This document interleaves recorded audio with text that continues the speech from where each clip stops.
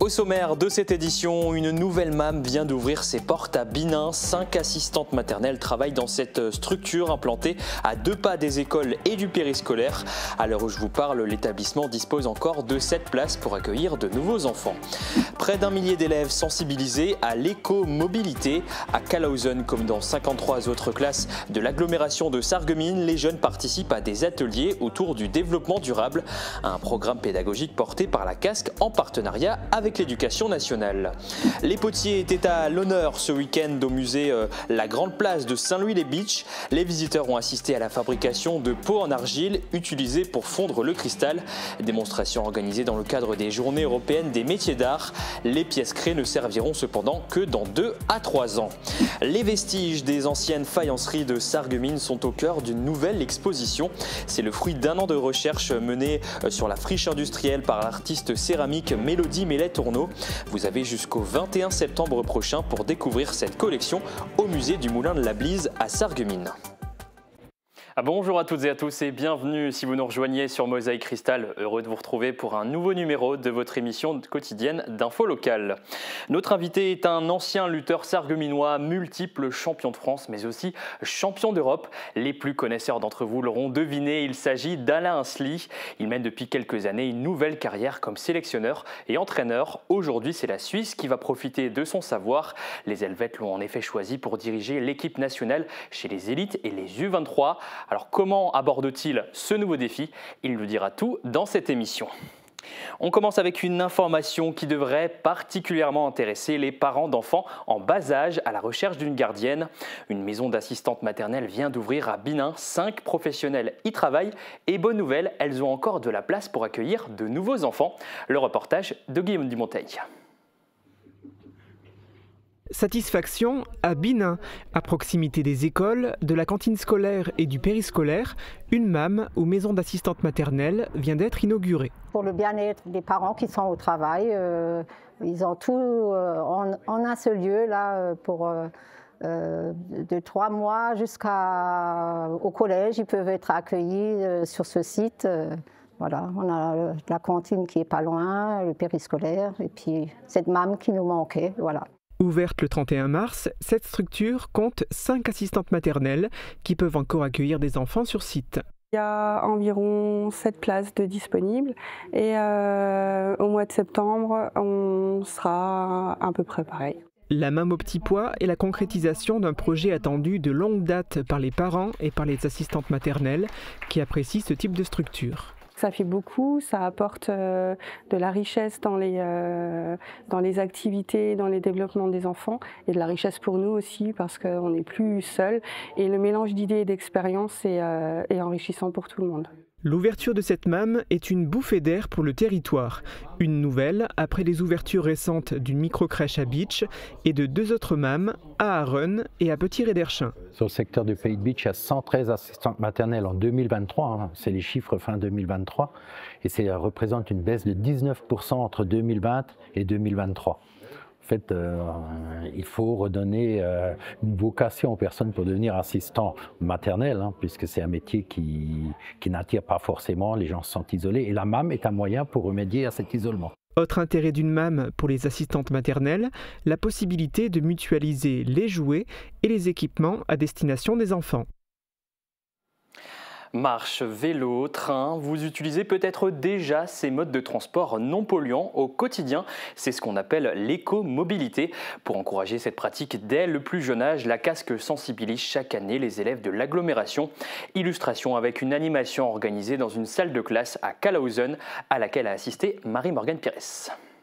Il va falloir essayer de les remettre dans l'ordre de celui qui pollue le moins à celui qui pollue le plus. Mais non, toi c'est thermique, c'est pas électrique. Il faut prendre un petit peu de place. Ça commence par la marche et le vélo mécanique. Sensibiliser les plus jeunes à l'écomobilité. C'est l'un des objectifs de cet atelier suivi par des élèves de l'école La Flûte Enchantée de Calhausen. Ils ont intégré le programme national Écopousse par Acté, proposé par la communauté d'agglomération Sarreguemines Confluence en partenariat avec l'éducation nationale. 3 animations thématiques y sont organisées par l'association CPN Les Coquelicots. C'est un bateau qui transporte du pétrole et là du coup il a eu un problème et il y a tout le pétrole qu'il était en train de déplacer, qui est en train de se déverser dans la mer. Là-bas, c'est de former nos enfants, les enfants du territoire, aux éco-gestes, au développement durable et à prendre soin de notre belle planète. Quand il y a des voitures et qui prennent de l'essence, elles rejettent de la fumée. Et du coup, l'humain, il respire cette fumée et ça lui fait des problèmes de poumons. Ça fait vraiment plaisir qu'ils aient cette vue d'ensemble et cette prise de conscience, parce qu'au bout du compte, l'idée, c'est de les préparer à leur vie future et de former les citoyens de demain. Au total, 54 classes de l'agglomération ont pris part à ce projet cette année, soit 1048 élèves. Les jeunes participent aussi à un concours local d'expression artistique sur la thématique de l'écomobilité. Leurs réalisations seront exposées à la médiathèque de Sarreguemines à partir du 14 mai. 1 200 000 €, c'est la somme totale des dons collectés en Moselle pour l'opération Une Rose, un Espoir en 2024. Ces fonds ont été reversés à la Ligue contre le cancer. Ils doivent servir notamment à financer du matériel de pointe comme le TEP-scan utilisé en médecine nucléaire à l'hôpital Robert Pax. Cette année, le service urologique de l'établissement prévoit l'acquisition d'un logiciel pour la détection du cancer de la prostate. Les praticiens espèrent également pouvoir se doter d'un nouvel appareil pour améliorer les interventions sur l'adénome de la prostate. Si vous souhaitez faire un don, sachez que les motards reprendront la route les samedis 26 et dimanche 27 avril prochain. C'est l'un des 60 métiers de la cristallerie de Saint-Louis-les-Bitches. À l'occasion des Journées européennes des métiers d'art, le musée La Grande Place a mis un coup de projecteur sur le travail de ses potiers. Samedi après-midi et dimanche après-midi, le public a pu assister à une démonstration de fabrication de pots dédiés à la fusion du cristal. Retour en images avec Émilie Hazel. Dans une cristallerie, il n'y a pas que le cristal qui est façonné, mais la terre aussi. À l'occasion des Journées européennes des métiers d'art, la cristallerie de Saint-Louis a proposé au public de découvrir gratuitement la manufacture et son musée. Durant le week-end, les visiteurs ont également pu assister à la démonstration du métier de potier avec la fabrication d'un pot de 150 litres. Et vous montez ça petit à petit? Oui. Ok. Et les rainures, c'est pour qu'il y ait une bonne... dire que ça... Bonne adhérence entre les couches. Oui, et il faut toujours gratter. Il suffit d'une bulle d'air et il pourrait fissurer. Et pourquoi le pot il est chaud? Ces artisans fabriquent les pots où sera placé le cristal clair ou coloré en fusion. Ils réalisent environ 2 pots par mois et leurs accessoires comme les panneaux pour les fermer. Ici, la majorité des pots fabriqués a une capacité de 750 litres. Ils seront utilisés et cuits 2 ou 3 ans après leur création. Et quand on a fait ça, on lisse à l'intérieur et on commence à mettre des boudins que derrière. Elle a exploré durant plusieurs mois le site des anciennes faïenceries de Sarreguemines pour mettre la main sur de nouveaux vestiges. L'artiste céramiste Mélodie Mellet-Tourneau présente aujourd'hui le fruit de son travail après plusieurs mois de résidence au musée de Sarreguemines. Le vernissage de son exposition au Moulin de la Blise a attiré de nombreux curieux, comme l'a constaté Camille Henriot. Préserver et redonner vie à des fragments d'un passé industriel, celui de l'ancienne faïencerie de Sarreguemines. Chaque tesson est associé au témoignage d'une personne qui a vécu de près ou de loin cette ère industrielle. Pendant près d'1 an, l'artiste céramiste Mélodie Mellet-Tourneau s'est intéressée de près à l'ancienne manufacture et elle a déniché quelques trésors sur le terrain. Elle les partage désormais dans sa nouvelle exposition Vestiges, mémoire d'une faïencerie. Là, il y a eu une forme d'urgence où je me suis complètement tournée vers la friche et où j'ai documenté pendant plus d'1 an sa destruction. Et donc là, l'idée, ça va être de présenter, de proposer en fait aux gens de revivre un peu cette découverte.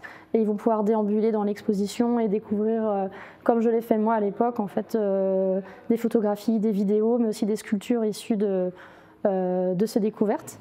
Des matériaux récupérés à différentes étapes de démolition de l'ancienne friche industrielle lui ont servi de base de travail pour ses créations.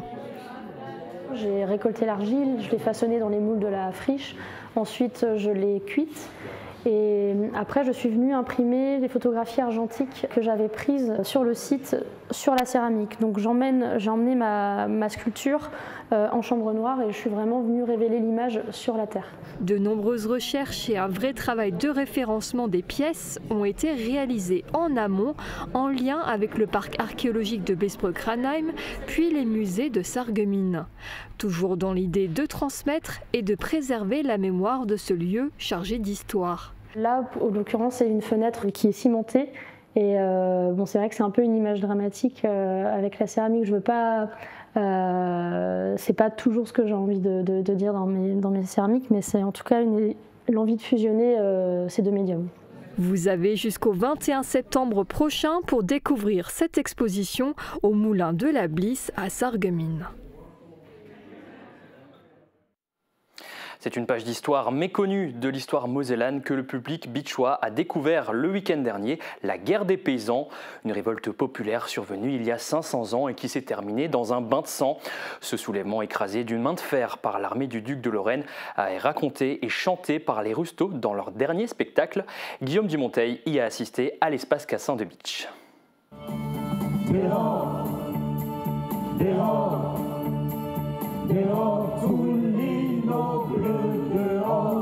À la fin du premier quart du XVIe siècle, lorsqu'ils se révoltèrent, les Rustos, les paysans, étaient déterminés. S'appuyant sur des revendications religieuses et sociales, ils s'opposèrent aux seigneurs et au clergé et ils réussirent à obtenir des victoires. La ville de Saverne tomba ainsi entre leurs mains. Les paysans du pays de Bitche participèrent à ce mouvement radical qui entraîna une réponse brutale. L'armée du duc de Lorraine, composée notamment de lansquenets, écrasa cette révolte dans le sang, notamment à Lubstein, Saverne et Chervillers. Entre 25 000 et 30 000 paysans perdirent ainsi la vie. Cette tragédie s'est déroulée en 1525. 500 ans après, un quatuor de chanteurs appelé Rustos présente un spectacle parlé et chanté en français, allemand, alsacien et en platte, où il raconte les aspirations des paysans et la violence avec laquelle cette révolution a été réprimée. Il termine le récit en faisant allusion à un autre mouvement de société qui, lui, a mis un terme à l'Ancien Régime, la Révolution française de 1789. Si ce n'est aujourd'hui, il naîtra demain, ce temps attendu, nouveau genre humain. Si ce n'est aujourd'hui, il naîtra demain, ce temps attendu, nouveau genre humain. Et il s'agissait de la 4e représentation de ce spectacle proposé par les Rustos. Sachez que 16 autres représentations sont prévues, notamment le 13 septembre à Sarre-Union et le 10 octobre à Sarreguemines. La météo, c'est avec Sandrine Serbino. Couverture et zinguerie, une toiture Moder Habitat apporte sécurité, protection et pérennité par tous les temps. Radio Studio 1, 105.8, la radio qui pulse entre Bitche et Sarreguemines. De la pop, du rock, des années 80 et une équipe qui vit la musique à fond. Radio Studio 1.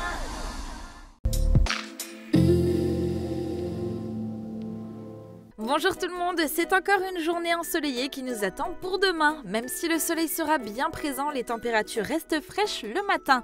Les minimales iront de 3 à 5 degrés et les maximales de 16 à 17 degrés. Demain nous fêtons les Gautier et il fera jour de 6h51 à 20h14. Passez tous une belle journée et à demain.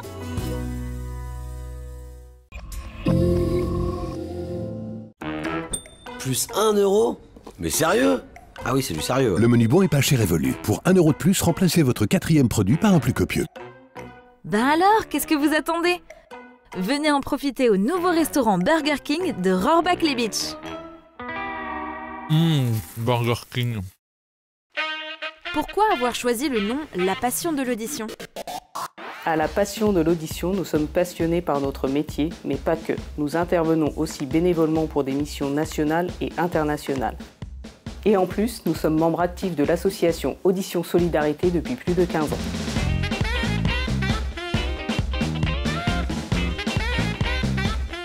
Besoin d'évasion, de découverte, d'échange? L'Université populaire Sarreguemines Confluence, espace de culture ouvert à tous, vous accueille à ses cours, ateliers, conférences et sorties. Renseignements sur notre site upsc-asso.fr. préparez-vous pour une nouvelle aventure de Hop là. Aujourd'hui, je vous emmène à Petit-Riederchin découvrir une petite brasserie artisanale où la bière est reine bien sûr, mais pas que. Ici, on déguste des flammes, on apprend à brasser et on profite de concerts et d'afterwork, le tout dans une ambiance décontractée. Nous partirons également à la rencontre de d'autres passionnés qui font vivre chaque jour notre territoire. Rendez-vous mercredi à midi sur Mosaïque Cristal. Notre invité du jour est une fierté locale qui s'illustre désormais à l'international. Originaire de Sarreguemines à Linsly, a pris depuis janvier les rênes de l'équipe nationale suisse de lutte gréco-romaine. Il chapeaute à la fois les catégories élite et U23. Bonjour et merci d'être avec nous. Après avoir été plusieurs fois champion de France et champion d'Europe, vous avez exercé comme entraîneur et sélectionneur des équipes de France U15 et U17. Qu'est-ce qui vous a poussé à accepter ce nouveau défi en Suisse ? Disons que c'est surtout une reconnaissance dans un premier temps et puis un vrai défi, un nouveau challenge. Donc, qu'est-ce qui vous a motivé concrètement dans ce nouveau défi? Qu'est-ce qui vous a attiré? Déjà, j'ai énormément travaillé avec les jeunes. Là, c'est avec les élites et les U23, donc on monte d'un cran. Et puis l'objectif, c'est les Jeux Olympiques. Donc voilà, forcément, le défi est plus grand. Comment se sont passées vos premières semaines dans vos nouvelles fonctions? Vous avez pris vos marques? Je suis en train, c'est pas encore totalement défini, mais je suis en train de prendre mes marques parce que surtout je suis sur deux fonctions, donc l'entraîneur national des élites et des U23, mais également sur le plan régional. Donc je suis vraiment en train de distinguer les deux missions et puis là je suis en train de prendre mes marques doucement. Comment vous jonglez entre votre vie ici à Sarreguemines et celle d'entraîneur en Suisse? Là c'est assez récent, donc c'est pas évident pour l'instant, mais je suis en train justement de mettre tout ça en place. Il y a des allers-retours réguliers, j'imagine. Il y a des allers-retours réguliers, et puis on essaye un peu de faire ça le moins possible. Donc là, pour l'instant, c'est vrai que là, ça fait que 3 mois, donc c'est pas évident à gérer. Vous êtes reconnu pour votre exigence et votre approche technique. Quelles sont vos priorités avec cette équipe nationale suisse? Vous venez de le dire, il y a les Jeux Olympiques, mais il y a peut-être aussi d'autres rendez-vous? Là, les rendez-vous internationaux à court terme, ils arrivent. D'ailleurs, cette semaine, il y a les championnats d'Europe. Je m'en vais demain, je prends l'avion demain pour les championnats d'Europe. Mais le travail que je mets en place avec cette équipe, c'est surtout de l'analyse tactique et puis la précision technique qui est très importante pour moi. Et alors, il est comment le niveau de l'équipe nationale suisse si on le compare aux autres lutteurs européens? On est à peu près dans les 10 meilleures nations, à peu près dans les 10, numéro 10 par là. En tout cas, c'est ce qui ressort des classements et des dernières compétitions. Oui, l'équipe est pas mal, il y a du niveau, il y a du potentiel. Après, c'est toujours pareil, il faut travailler. Et on imagine que vous arrivez avec une vision bien précise. Est-ce que vous comptez bouleverser certaines habitudes qui étaient peut-être en place ou apporter votre patte? Comme j'ai dit, ma patte, c'est surtout la précision technique et puis l'analyse tactique qui pour moi est primordiale. Et puis c'est là où je vais réellement mettre l'accent. Et côté compétition, le calendrier international est particulièrement dense. Hormis les compétitions européennes et les Jeux Olympiques de 2028, est-ce qu'il y a d'autres compétitions peut-être plus locales qui vous attendent là dans les prochains temps? C'est quoi les grands rendez-vous hormis les deux qu'on vient de citer? À part les championnats d'Europe qui se déroulent cette semaine, il y a les championnats du monde cet été. Et donc entre ça, c'est vrai qu'il y a des gros tournois, on appelle ça des rankings. C'est des rankings qui sont mis en place par l'UVV. L'UVV, c'est la Fédération internationale de lutte. Et donc, il y en a 3-4 qui sont au rendez-vous. Et là, c'est là où il va falloir être très performant aussi. Comment ça se passe à un entraînement? Vous y allez à peu près à quelle récurrence en Suisse? Est-ce que vous restez plusieurs jours sur place? Racontez-nous un petit peu comment ça se passe. Je suis tous les jours sur place, oui, tout à fait. Je suis tous les jours sur place. Et puis, il n'y a que le week-end où on est un petit peu plus ou moins en repos. Donc là, je fais les allers-retours, mais en revanche, je suis tous les jours, oui, on s'entraîne tous les jours, c'est du haut niveau, donc forcément. On va parler un peu maintenant de votre parcours. Votre parcours vous a mené des tapis de Sarreguemines à ceux des plus grandes compétitions internationales. Qu'est-ce que vous avez gardé de vos racines mosellanes après toutes ces années? J'ai tout gardé, justement, j'ai quasiment tout appris ici, donc forcément, c'est des choses qu'on traîne avec nous jusqu'au bout. C'est quoi vos meilleurs souvenirs ici à Sarreguemines? Mes meilleurs souvenirs, c'est quand j'ai fait champion d'Europe, justement. C'était en quelle année? C'était en 2000. En 2000, le temps passe. Et alors, vous avez fini champion, c'est ça? Oui, champion d'Europe en 2000. On voit d'ailleurs quelques images qui sont actuellement à l'écran.